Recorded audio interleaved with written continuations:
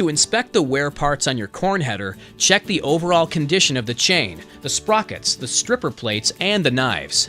Make sure that all of the stripper plates are set uniformly and, per the operator's manual, are wider at the back than they are at the front by 1/8 of an inch.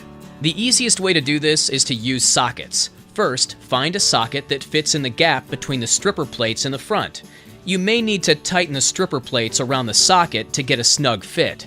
Then, use a socket that has an 1/8 inch larger outer diameter than the first socket to check the space between the stripper plate in the back.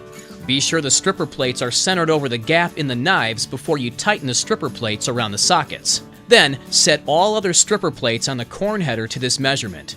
Improperly set stripper plates will cause faster wear and compromise performance. Need help recognizing excessive wear?